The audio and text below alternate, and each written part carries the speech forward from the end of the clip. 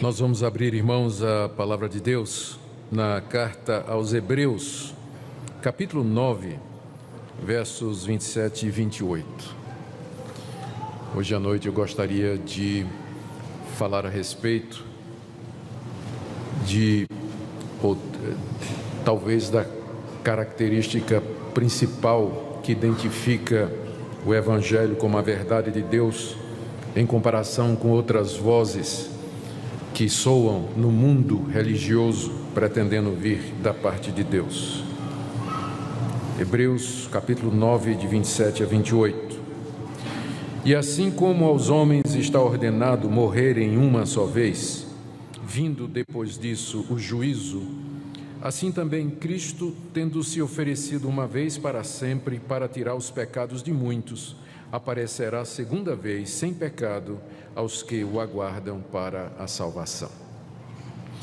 Aqui nesses dois versículos nós temos 4 verdades fundamentais e que se constituem no alicerce do cristianismo. Primeiro, que todo mundo vai morrer e só vai morrer uma vez. Você não vai morrer 2, você vai morrer uma. Segundo, que depois da morte você vai ser confrontado com o juízo. Você vai prestar conta da sua vida diante de Deus logo depois da morte. Terceiro, está no verso 28, da mesma forma que nós morremos uma vez e depois disso vem o juízo. Terceiro, Cristo morreu uma única vez para tirar os pecados de muitos. E quarta verdade, Ele aparecerá uma segunda vez, não para salvar, mas para aqueles que o aguardam para a salvação. Essas 4 verdades podem ser tomadas como sendo o fundamento ou pilar da fé evangélica, e essas verdades nos ajudam a fazer a distinção entre aquilo que é o verdadeiro evangelho, a verdadeira religião, e aquilo que se passa por isso no mundo de hoje. O autor dessa carta tinha como objetivo instruir os cristãos judeus. A carta é chamada aos Hebreus porque esse é outro nome para aqueles que são judeus. O objetivo do autor, ao escrever aos cristãos hebreus, era mostrar para eles que a religião que Deus revelou no Antigo Testamento, o judaísmo que está no Antigo Testamento, consistia em muitas repetições, exatamente porque era provisório. Havia muitos sacerdotes que ofereciam muitos sacrifícios, muitas vezes ao ano. Por que havia essa repetição? Porque aquelas coisas, elas eram simbólicas e em si elas não tinham poder para resolver o problema do homem, que era o pecado. Por isso que eram feitos repetidos sacrifícios de muitos animais, repetidos dias através dos anos a fim, por muitos sacerdotes que depois eram substituídos por outros. Aqui o nosso autor está dizendo, aquilo era um símbolo, uma figura da realidade. Você vai morrer uma vez somente, depois disso vem o juízo. Cristo sacrificou-se uma única vez para tirar os pecados, e Ele voltará uma segunda vez para aqueles que o aguardam para a salvação. Existem basicamente apenas 2 maneiras de se olhar para a realidade. Do ponto de vista pagão, o mundo é controlado pelo acaso, pelo destino, pela sorte e pelo azar.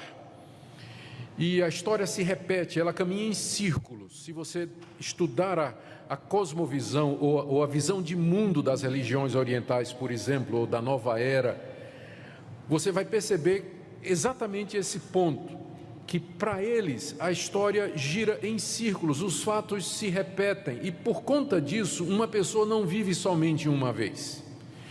E aqui vem teorias como a reencarnação, a transmigração da alma, que a alma se preserva e depois ela volta a esse mundo, ou na forma de outro ser humano, ou como uma árvore, ou como um animal.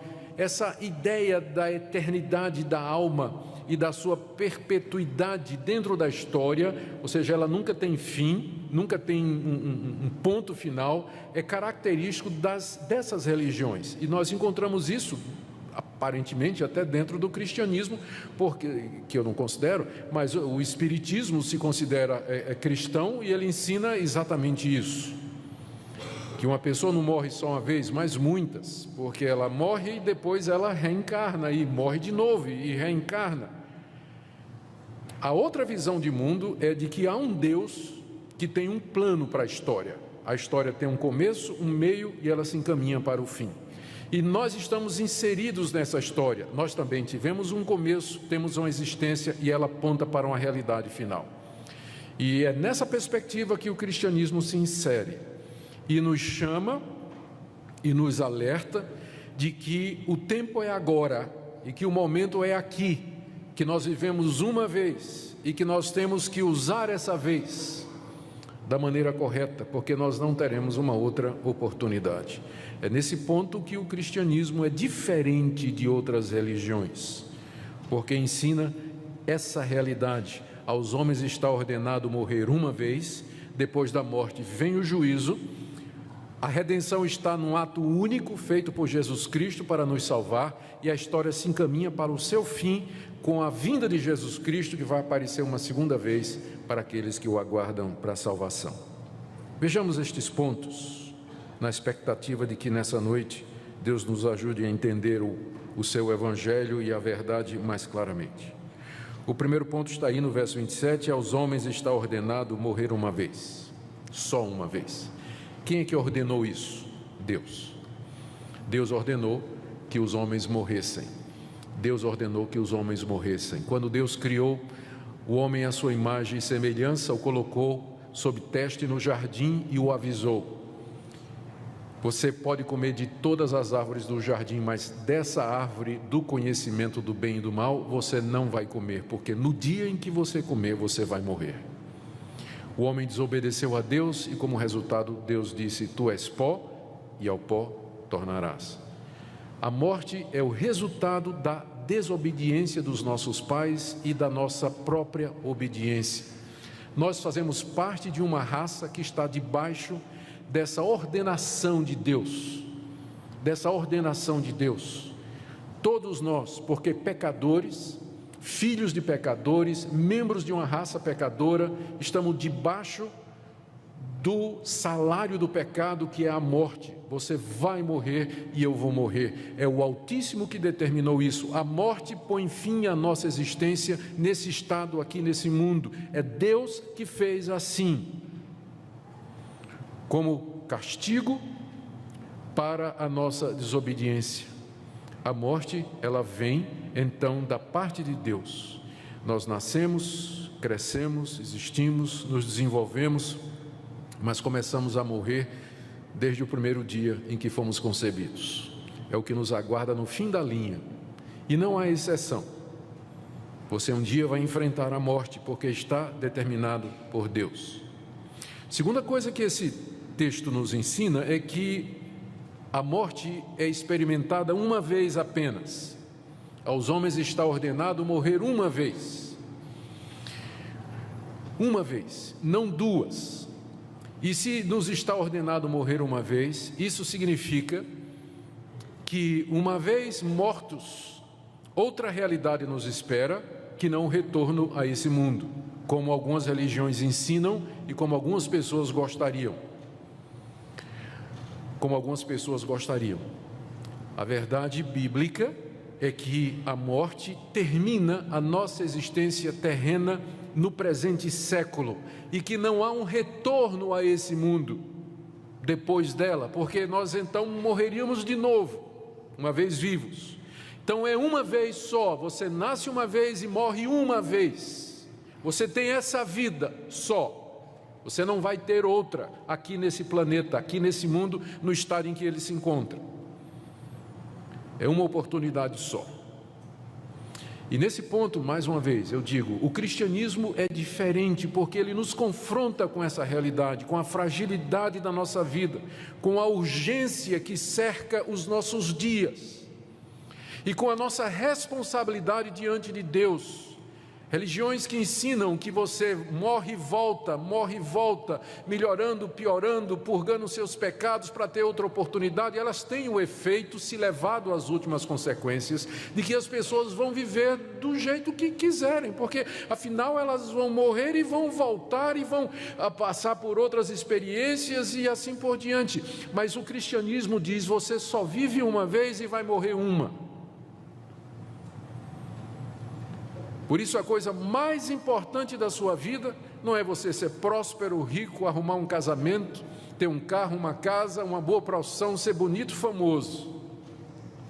Não, a coisa mais importante da sua vida é se preparar para esse momento em que sua existência terrena haverá de cessar aqui.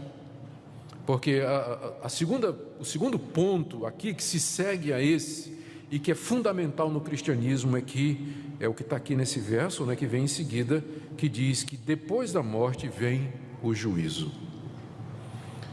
Eu sei que tem muita gente que gostaria que isso não fosse verdade, e por isso há tantas alternativas a isso ensinadas aí.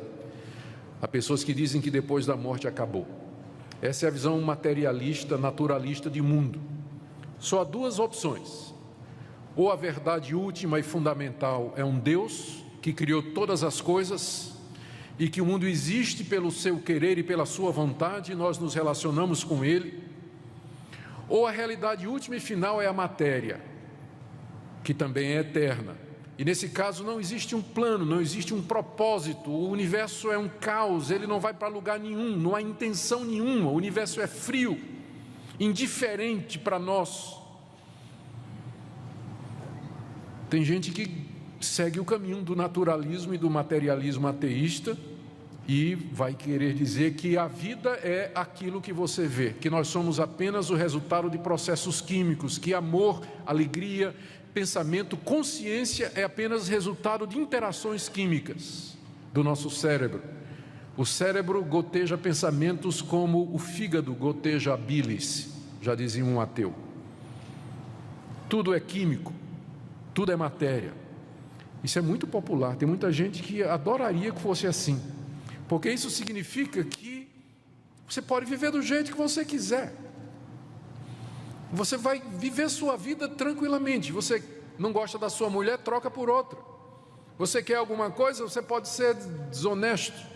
Você pode usar dos recursos que quiser para obter o que quiser, porque se não há um Deus, se não há uma realidade final, se não há um juízo, eu não tenho a quem prestar contas, e só tem uma razão de você existir, que é o hedonismo, a busca do prazer, que é o que caracteriza a nossa sociedade hoje.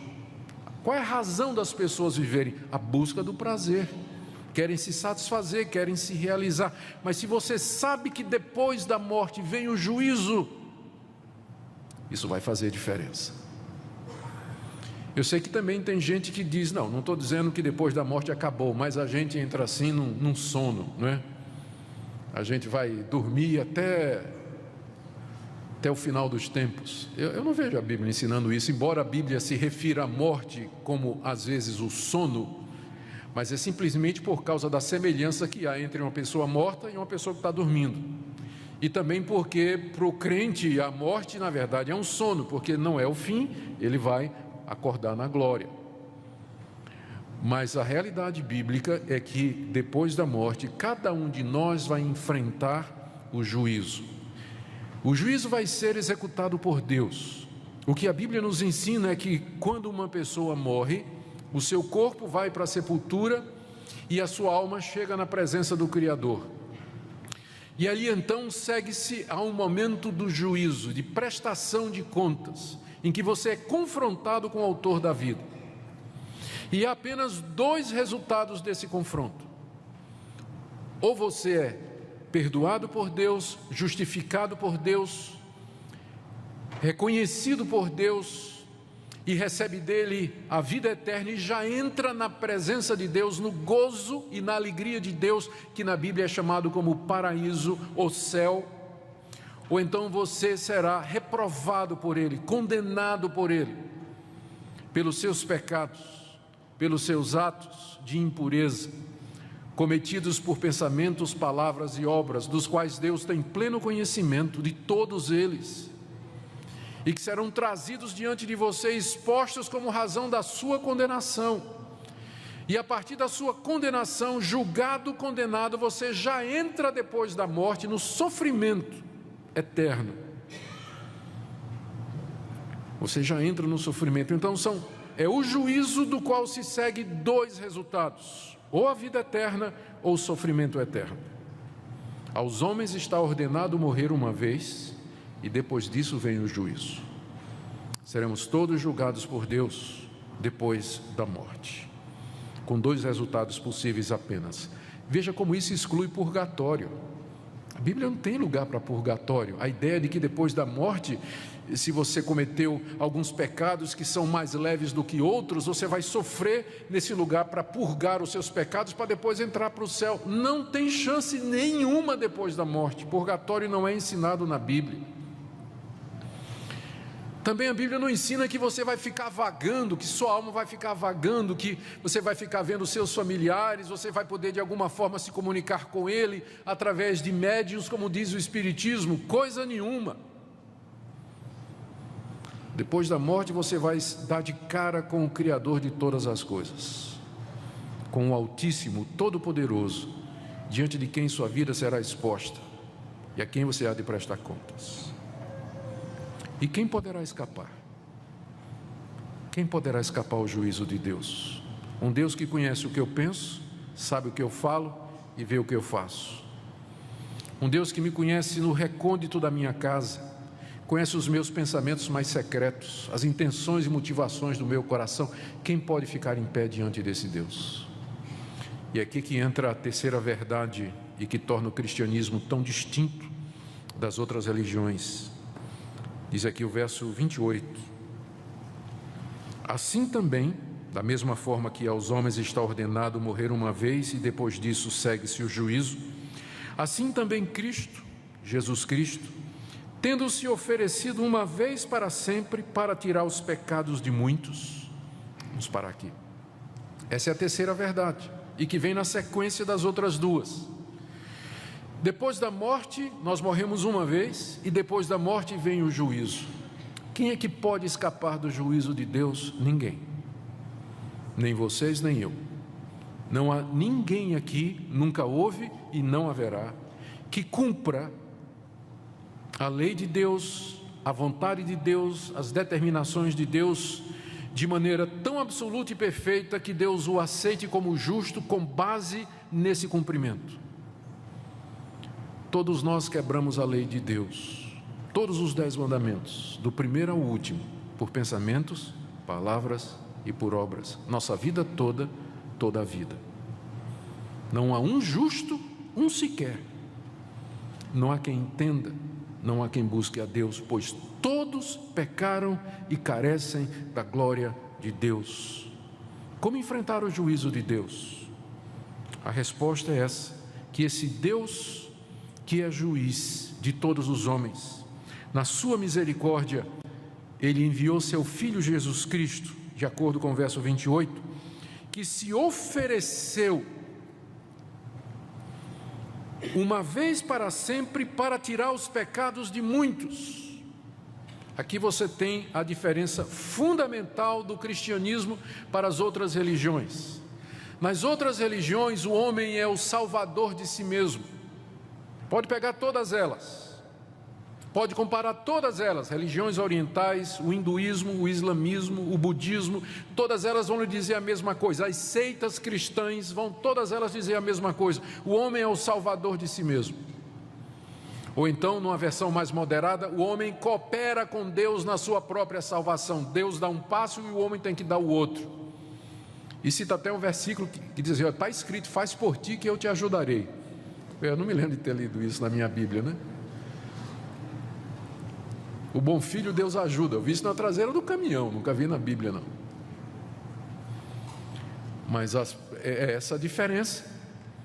O homem é o seu salvador. Se ele seguir preceitos religiosos prescritos pelos gurus e sacerdotes dessas religiões, se ele se esforçar ao máximo para praticar a justiça, a verdade e o bem para com o próximo, se ele fugir de tudo aquilo que desagrada a divindade e conseguir se manter nessa posição, ao morrer, Deus vai pesar na balança as boas obras que ele fez contra as obras erradas, e se por acaso as obras boas que ele fez forem mais pesadas do que as obras más, então ele entrará no paraíso. De maneiras diferentes, é isso que essas religiões ensinam, que a salvação é alguma coisa de baixo para cima, é o homem que tem que agradar a Deus e fazer alguma coisa para merecer ser recebido por Deus. O cristianismo é completamente diferente. Ele já começa dizendo assim: você pode tentar, mas você não vai conseguir. Você está ordenado morrer uma vez por causa dos seus pecados, e depois disso você vai ser julgado. Não há um justo nenhum sequer. O cristianismo, como exposto na Bíblia, ele não nos passa uma falsa impressão a respeito de nós mesmos. Deus não tem o menor interesse em nos agradar, dizendo assim: vocês são todos bonzinhos. Deus olha para nós e nos vê pecadores da cabeça aos pés, cobertos de chagas, imundos, trapos de imundícia. Acabamos de ler na nossa liturgia, no profeta Isaías, as nossas obras, as melhores delas, são como trapos da imundícia. A expressão trapo de imundícia é uma tradução, é um eufemismo, é uma tradução que visa não chocar, mas eram os panos que eram usados pela mulher quando estava menstruada. Trapos de imundícia. É isso que são as nossas boas obras diante de Deus, diz o profeta. Por isso, no cristianismo, o movimento é diferente. Não é o homem subindo para Deus, mas é Deus vindo ao encontro do homem. Por isso o profeta pergunta: quem é Deus semelhante a ti? Quem é Deus semelhante a esse Deus que vem ao encontro de pecadores como nós? E ele veio na pessoa de Cristo. Foi por esse motivo que Jesus Cristo encarnou, nasceu, viveu.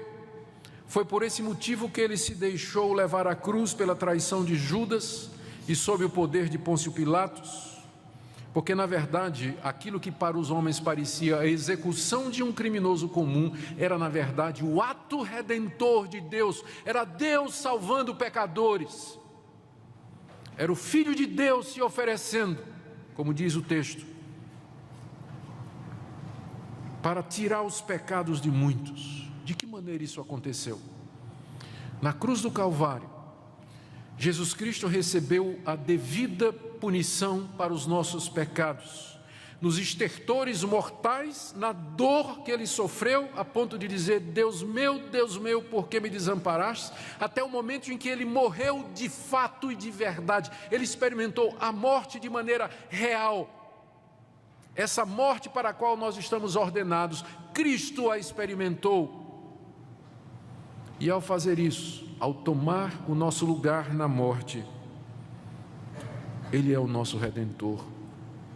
Note que o texto diz que Ele apareceu para tirar o pecado de muitos, não é de todos, embora eu sei que tenha gente que diga isso, mas Ele apareceu para tirar o pecado de muitos, porque aos que não querem, aos que não vão crer, aos que não vão se arrepender, aos que vão acreditar que são bons o suficiente para merecer de Deus alguma coisa, aos que vão continuar na teimosia do seu caminho e no dia do juízo após a morte diante de Deus, eles serão confrontados pelos seus pecados e com o fato de que nunca fizeram coisa alguma para merecer de Deus clemência, misericórdia, compaixão.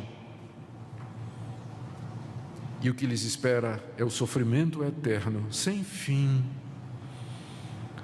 eras e eras de sofrimento, de dor, de trevas. A Bíblia descreve como sendo um lugar onde há choro e ranger de dentes, onde o verme nunca morre e o fogo nunca se apaga.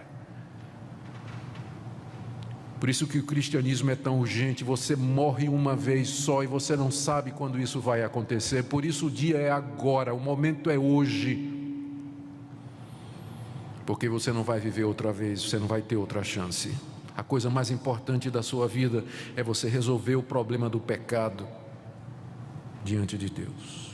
Cristo apareceu uma única vez. Deus já realizou o ato fundamental da redenção, já foi feito há 2000 anos atrás, quando Ele morreu na cruz pelos nossos pecados. A quarta verdade aqui é que Ele aparecerá uma segunda vez, porque Ele não ficou morto.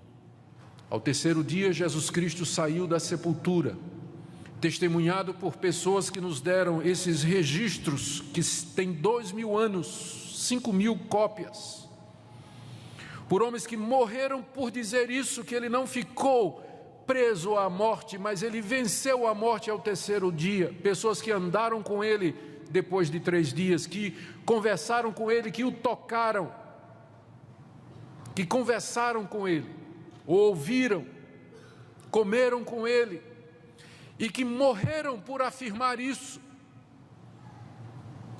Eles disseram: Jesus ressuscitou dos mortos e subiu aos céus, onde está agora, aguardando o momento de retornar. E Ele virá uma segunda vez. Ele apareceu uma primeira vez, que foi a encarnação para tirar os nossos pecados, e aparecerá uma segunda vez, não mais para tirar pecados, porque isso Ele já fez, mas para aqueles que o aguardam para a salvação.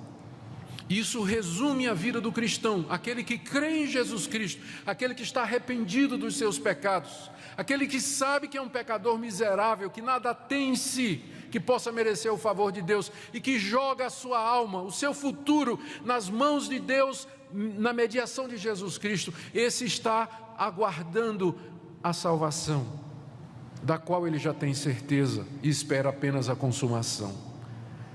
A Bíblia diz que a salvação completa se dará na vinda de Cristo, porque no presente momento nós já somos salvos. Pelo que Cristo fez, nós já podemos ter o perdão da culpa. Deus não nos considera mais culpados, de maneira que quando morrermos e estivermos no juízo, nós não enfrentaremos o julgamento de Deus ou a condenação dele, porque apareceremos diante dele como perdoados, porque Cristo pagou nossa culpa. Não há mais débito, porque Cristo o cumpriu plenamente.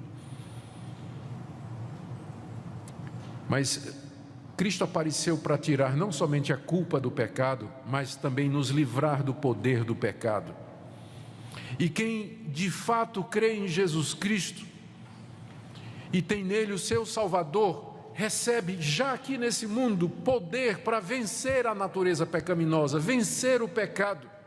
Por isso, uma das formas de nós sabermos quem foi alcançado pelo perdão de Deus, esses muitos que estão aqui, lembra que não é todos, esses muitos para quem Cristo se manifestou para tirar os pecados, como é que eu sei que eu sou um destes muitos? A resposta é: Cristo está tirando o poder do pecado da sua vida.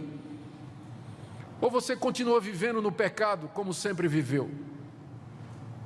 Mas eu sei que Cristo morreu por mim e que perdoou os meus pecados, porque eu vejo no dia a dia que eu odeio o pecado. Eu não quero pecar, eu quero viver para Deus, e que quando eu peco é uma tragédia. Eu peço a Deus que me perdoe, que me levante, porque eu quero continuar e aprender a viver de maneira santa. Se é essa a sua experiência, você está entre os muitos. Agora, se você frequenta uma igreja, diz que é cristão, mas a obra de Cristo não tem nenhum efeito prático na sua vida, você continua nos velhos pecados de sempre, não há mudança, continua com ódio no coração, ressentimento, não consegue falar com aquela pessoa, continua sendo desonesto, vendo pornografia, impuro, traindo a sua mulher, qual a esperança que você tem, qual a evidência que você tem de que você está entre esses muitos de quem Cristo tirou os pecados? Você não tem evidência nenhuma. O que existe é muita gente que pensa que é crente, que pensa que está salvo. Mas lembra que a salvação consiste nisso, que Cristo apareceu para tirar o pecado, e não somente a culpa, mas o poder do pecado em nossa vida. E finalmente, quando Ele vier em glória, Ele vai tirar a presença do pecado do nosso coração, vai transformar o nosso corpo de sofrimento no corpo glorioso igual ao dele, pela ressurreição dos mortos ou pela transfiguração, pela transformação, quando Ele vier, dos que estiverem vivos. e aí a salvação estará completa. Como está você nessa noite? O que é que você pensa de tudo isso?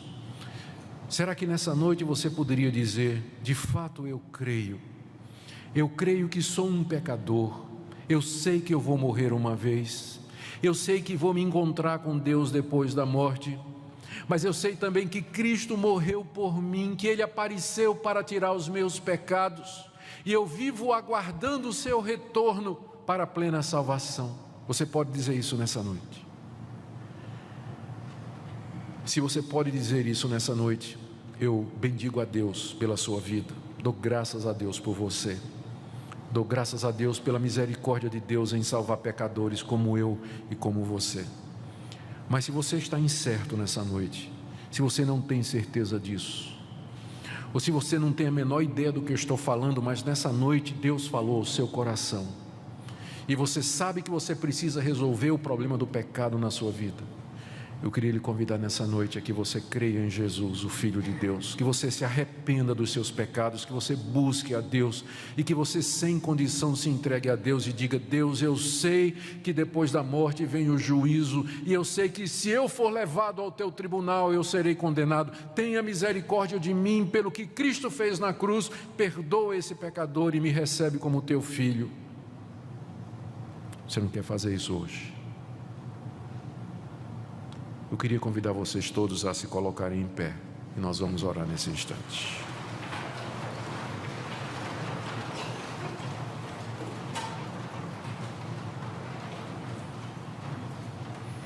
E eu queria que enquanto eu estiver orando, você coloque sua vida nas mãos de Deus, como pecador, reconhecendo que não tem mérito nenhum, que já ofendeu demais a Deus com seus pecados, mas sabendo que esse é um Deus gracioso e bom, que em Cristo Jesus oferece perdão.